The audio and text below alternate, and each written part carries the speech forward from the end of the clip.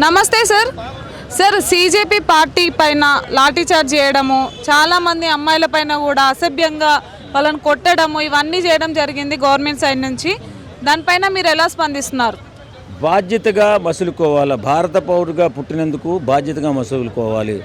నిరసన చేసే హక్కు, నిరసించే హక్కు ప్రతి ఒక్కరికి ఉంది. కానీ ఇష్టాంరీతిగా బారికేట్లను దూసుకుని వెళ్ళి విధ్వంసం సృష్టిస్తే మాత్రం మన ప్రతిష్టకే భంగం. కాబట్టి పోలీసు వారు చూస్తూ ఊరుకోరు. కాబట్టి అది ఆడైనా మగైనా శిక్ష అనుభవించవలసిందే.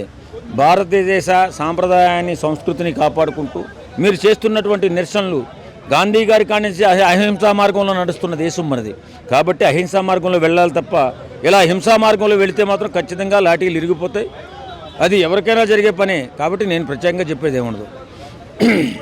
అభిజిత్ దీప్కే అని ఒక కుర్రాడు ఈ ఫౌండర్గా సీజేపీ పార్టీని అయితే స్థాపించడం జరిగింది. కానీ బీజేపీకి అపోజిట్ ఉండే వాళ్ళు చాలామంది ఆ సీజేపీ పార్టీకి అనుకూలంగా ఉంటూ తనకు తెలియకుండానే తన వెనకాల చాలా గోతులు తవ్వుతున్నారనే ఒక వాదన అయితే వినిపిస్తుంది. అందులో మీరేమనుకుంటున్నారు?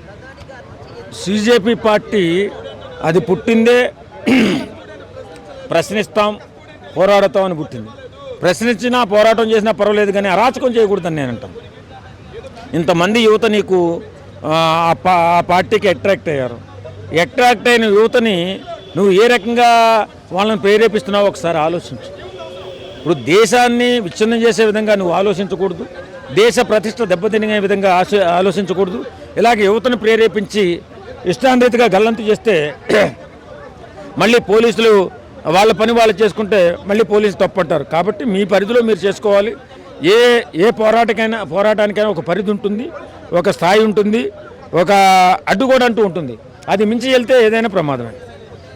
వాళ్ళు నెల రోజుల పాటు దీక్ష అయితే కొనసాగిస్తున్నారు. మరి నెల రోజుల పాటు వాళ్ళు దీక్ష చేస్తున్నా గవర్నమెంట్ నుంచి ఎలాంటి రెస్పాన్స్ రాకపోవడం, చర్చలు చేసినా కూడా ఎలాంటి సమాధానాలు చెప్పకపోవడం, దీనిపైన ఏమంటారు? సమాధానం చెప్పకపోవడం ఏంటమ్మా?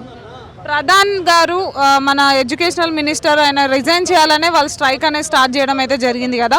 అది వాళ్ళు స్ట్రైక్ అనేది చేస్తున్నందుకు వాళ్ళకి ఫలితం అనేది దొరకట్లేదు కదా. ఆయన రిజైన్ చేయట్లేదు, ప్రధాని మోదీ గారు కూడా దానికి రెస్పాన్స్ అవ్వట్లేదు కదా. అట్లా కాదు, వాళ్ళు వచ్చి ఒక నిరసన తెలిపేసి రిజైన్ చేసామంటే ఒక కేంద్ర మంత్రి రిజైన్ చేసేయాలా? అంటే వాళ్ళ ఇష్టమా? అంటే నిరసన రేపటి నుంచి ఇక్కడ చేస్తాను నేను, 15 రోజులు చేస్తా. మన రేవంత్ రెడ్డి రిజైన్ చేస్తాడా? ఏదో కొంక పట్టుకుంటే ఇక్కడ నీళ్ళు నిలబడిపోయింది. తప్పు జరిగితే ప్రశ్నించే హక్కు ఉంది కదా. తప్పులు జరిగేది సర్దిద్దుతుంది, గవర్నమెంట్ అనేది సర్దిద్దుతుంది. ఖచ్చితంగా ఎవరైతే ఆ తప్పు చేశారో వాళ్ళని జైల్లో కూడా వేశారు. కాదు మంత్రిని సస్పెండ్ చేయంటే మంత్రికి ఏం సంబంధం అమ్మా? ఇక్కడ నీటుకుంట పడితే మన రేవంత్ రెడ్డికి సంబంధం ఉండదు. అక్కడ జరుగుతున్నట్టు మున్సిపాలిటీ వాళ్ళకి చెప్తే ఆ కుంట పూడుస్తారు. అంతేగాని పిచ్చి ఆలోచనలు పిచ్చి మాటలు చేయకూడదు. ప్రధానమంత్రి స్పందించాలా, అందరూ దిగి రావాలంటే అది జరిగే పని కాదు. మన స్థాయిలో మనం నిరసన తెలుపుకుంటూ వెళ్ళారు. ఇన్ని రోజులు నిరసన తెలిపారు కదా, మరి ఒక్కసారన్నా లాఠీ ఎత్తారా వీళ్ళు?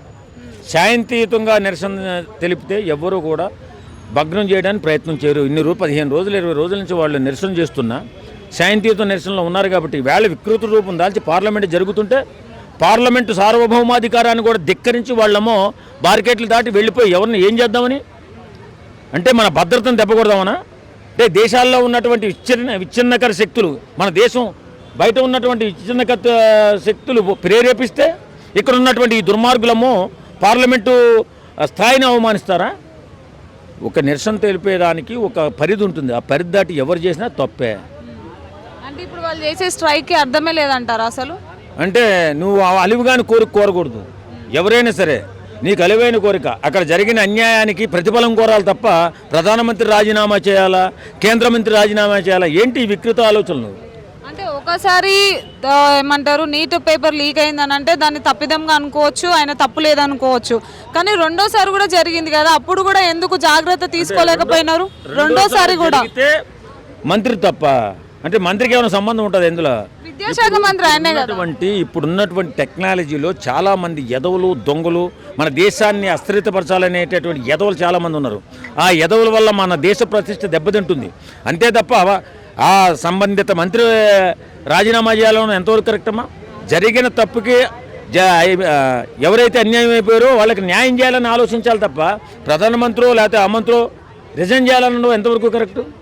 కాబట్టి ఏదేమైనా మనం శాంతియుతంగా నిరసన తెలపాలి.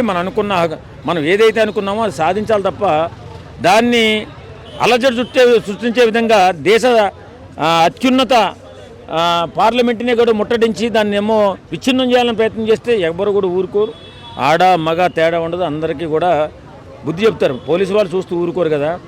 మనం మన పరిధిలో మనం చేస్తేనే మనకి ఆ గౌరవం దక్కుతుంది, లేదా గౌరవం ఉండదు. గౌరవం తీసే వాళ్ళు మాట్లాడతారు. Okay sir, thank you.